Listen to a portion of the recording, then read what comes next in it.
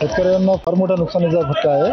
शेतकऱ्यांना जवळपास एकरीमध्ये जे आज भाव येते आणि 2 ते 3 क्विंटल माल होते आणि त्याचा खर्च जर काढला तर काहीच उरत नाही आणि लोकांची रोजमजुरी हे आज आम्हाला नगदी द्यावं लागत आहे। दिवाळीमुळे सणासुदीमुळे आम्हाला सोयाबीन विकावं लागत आहे। आज नाफेड केंद्र जर चालू असते त्यांना आम्ही माल दिला असता तर आम्हाला म्हणता आलं असतं, पण आज आमचं नुकसान झालेलं आहे। जवळपास 2,000चं नुकसान शेतकऱ्याचं झालं हमीभाव केंद्र पण ठेवल्यामुळे सरकारनं या हमीभाव केंद्र हे मामा म्हणल्याप्रमाणे हमीभाव केंद्र ज्या शेतकऱ्याची आता या चिठ्ठीच्या भरोश्यावर सरकारला काय सरकार तर म्हणाले आम्ही मायबाप आहे, मग या चिठ्ठीच्या भरोश्यावर ज्या शेतकऱ्यांना आता प्रायव्हेटमध्ये माल विकला त्याला 2,000 रुपये क्लिअर करायचे केले पाहिजेत।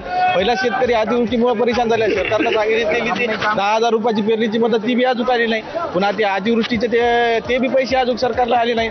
शेतकऱ्यांना फटका खूप बसतोय आणि जो कायदा आहे का तो कायदा मोठ्या लोकांसाठी कायदा नसते, कायदा सामान्य माणसासाठी असते आणि आमच्यासाठी काय कायदा नाही। आज जे कायदा आहे ना तुमचा 5,300 रुपयानं सोयाबीन खरेदी करायला पाहिजे ते केंद्र सरकारनं चालू करणे म्हणजे आज आम्ही मागणी करण्याची काय गरज आहे। सरकारला माहित होतं हिंगोलीचा शेतकरी असो महाराष्ट्रातला शेतकरी असो सोयाबीन उत्पादक शेतकरी आहे। आमच्या इथं 2 एकर सोयाबीन आहे, 2 एकर सोयाबीन मध्ये आम्हाला उत्पन्न जे होणार आहे ते आम्ही कुठे विकायचं सरकारला माहित आहे ना।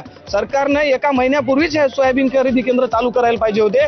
आमचा 50% माल सगळ्या व्यापाऱ्याच्या घशात जाईपर्यंत वाट पाहायची काय गरज होती। आमची मागणी एकच आहे, तर नाफेड केंद्र लवकर चालू नाही केलं, ज्या शेतकऱ्याने ते मार्केटमध्ये माल विकलाय त्या शेतकऱ्याला तुम्ही आज मार्केटची हे जी तफावत आहे ती तफावत प्रत्येक शेतकऱ्याला तुम्ही